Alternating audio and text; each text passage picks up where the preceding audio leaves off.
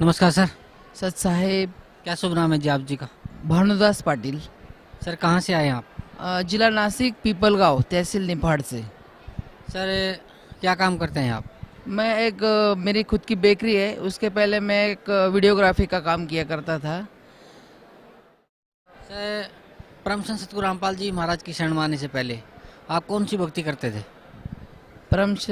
संत सदगुरु रामपाल जी महाराज के शरण में आने से पहले हम थोड़ा विस्तार से बताएंगे कि 95 से हम हनुमान जी की भक्ति किया करते थे। उसके बाद में हम शिव जी की साधना में लगे रहे।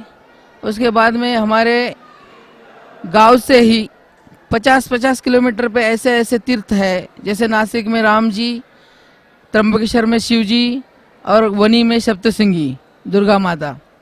इसीलिए हमें पहले से ही ये सब देवता अच्छे लगते थे। इसके कारण पूर्णिमा को दुर्गा माता के वहाँ, सोमवार को त्र्यंबकेश्वर और हर गुरुवार को नासिक में पंचवटी में जाया करते थे। लेकिन बहुत घूमने के बाद में भी हमें ऐसा लगा कि कुछ कमी है। इस बीच हमारी मुलाकात अमरेश नेरकर जी से हुई। उन्होंने हठयोग से योग सिखाया, लेकिन कुछ साल तक हम 2-3 साल ऐसे ही भटकते रहे। उनको मैंने कहा कि ऐसा कीजिए कि आप ही हमारे गुरु बन जाइए। उन्होंने सीधा कहा कि देखो भैया, मैं तो गुरु बनने के लायक हूँ नहीं, लेकिन आप बहुत जिद कर रहे हो तो गायत्री का उपासना आपको बताता हूँ, इसकी साधना कीजिए। तो कम से कम 2 साल तक हमने गायत्री की उपासना की। इस बीच हमारा वैराग्य ऐसा बढ़ गया कि हम सोचने लगे कि सन्यास से ही हमें कुछ ना प्राप्ति होगी परमात्मा की। तो उनसे हमने रजा ली और हरिद्वार के ओर चल पड़े।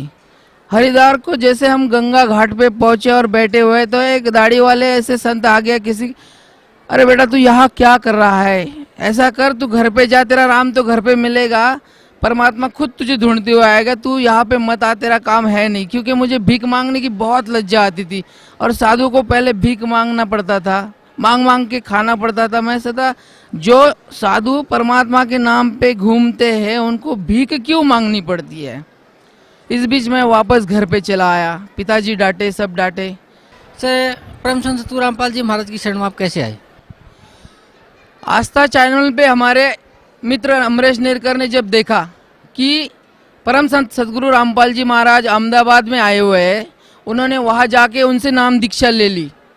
उस बीच हमें बीड़ी और सिगरेट की इतनी लत लग चुकी थी कि 3 डिब्बिया सिगरेट की हम ख़त्म कर चुके थे। दिन भर में इतना करने के बाद में भी हमें चैन नहीं आता था।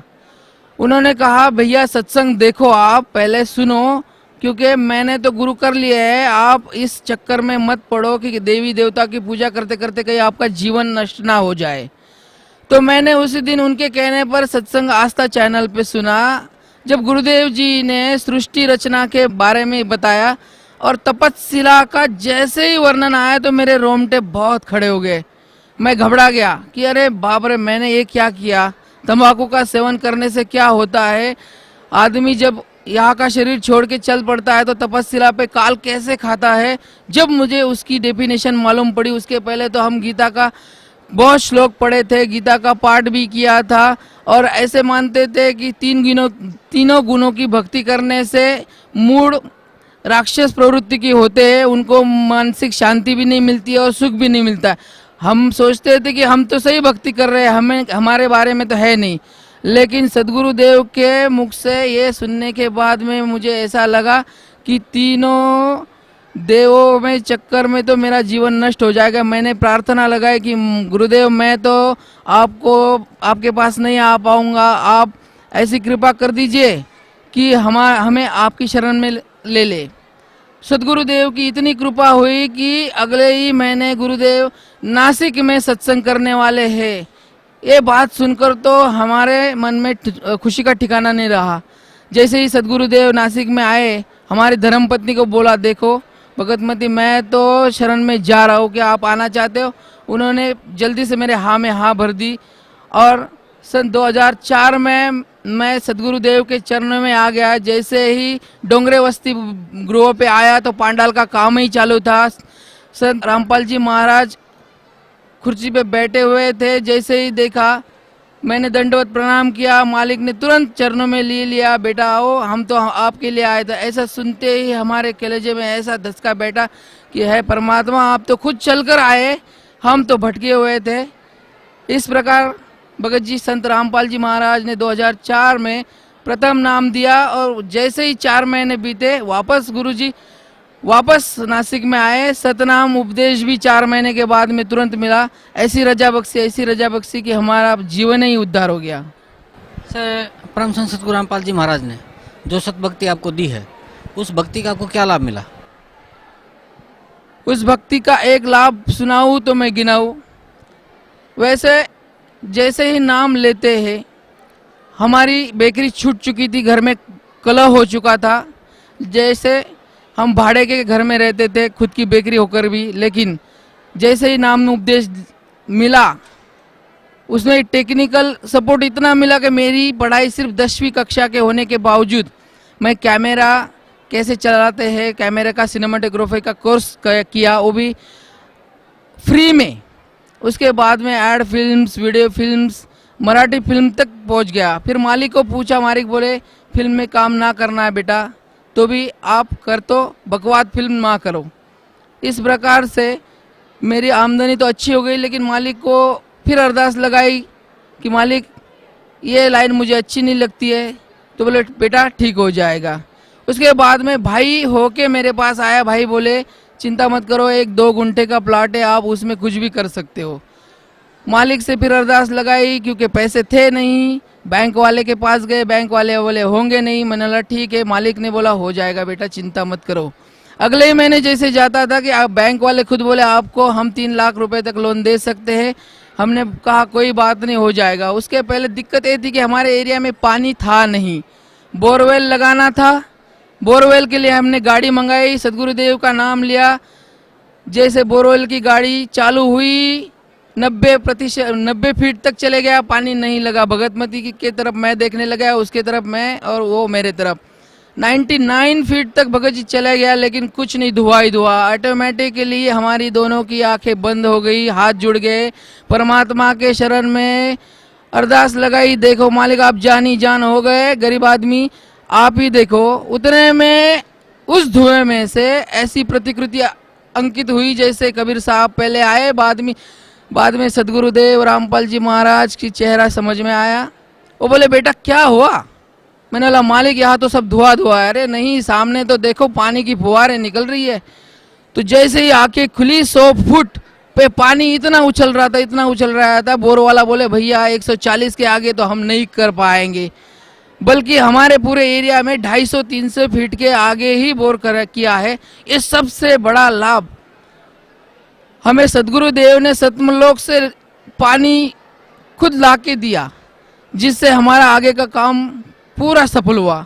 उसके पहले हमारी छोटी बेटी जो गिरने के कारण उसके हाथों में फ्रैक्चर हो गया था, हम दवा दारू करने के लायक भी नहीं थे, किसी से पैसे मांगे नहीं दिए। हमने मालिक के आगे हाथ जोड़ा, मालिक घी लाने के लिए पैसा नहीं है, जोत कैसे जलाऊं, बच्ची को दवा कैसे कराऊं, डॉक्टर के पास कैसे लेके जाऊं। उतने में हम जा रहे थे उस मालिक की गाय जो बहुत अच्छी नहीं थी, जैसे छोटे बच्चे को देख के दौड़ पड़ती थी मारने के लिए, हमारी बच्ची घूम रही थी, हाथ गले में पकड़ गए। जैसे वो गाय ने देखा और मैंने उन दोनों के तरफ देखते ही मेरे आंखें बंद हो गई। मालिक मेरी बच्ची तो आज गई, आपकी बच्ची है, आप जो करना है करो। उतने में गाय उसके पास आके रुक गई, उसका हाथ उसके सर पे टकराया, बच्ची नीचे गिरी।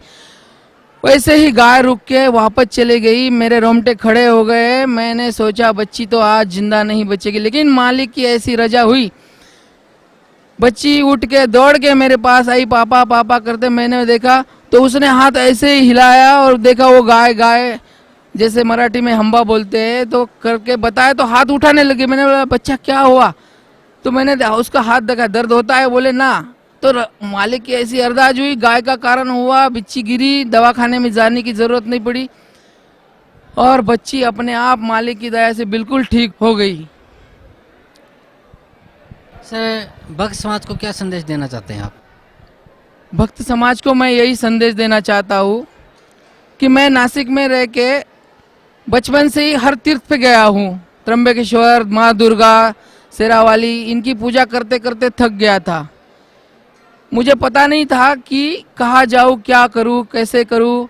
हाँ, कबीर वाणी, कबीर दोहे सुनते सुनते इतना तो पता चल गया था कि ये हटके बोलते हैं। लेकिन जैसे ही मालूम पड़ा कि करोथा में सदगुरुदेव आए हुए हैं, वहाँ जाने से ही लाभ होगा, तो हमारे मित्र और हम चल आए और हमारा जीवन का पूरा उद्धार हुआ। वैसे पूरे भक्त समाज को यही मेरी प्रार्थना है, दिल से प्रार्थना है कि आप कहीं मत जाओ, 33 कोटि के चक्कर में पड़ो, एक ही मूल को सींचो, अपने आप फल तो मिलेंगे ही, आपका जीवन भी बर्बाद नहीं होगा, आपका कृतार्थ हो जाएगा। सदगुरुदेव बरवाला में आए हुए हैं रामपाल जी महाराज, उनके चरणों में आओ जिला हिसार में, और अपने आप को कृतार्थ करके सही भक्ति मार्ग पे चलो। इतना ही मेरी गुजारिश है। धन्यवाद आपका, बहुत बहुत धन्यवाद।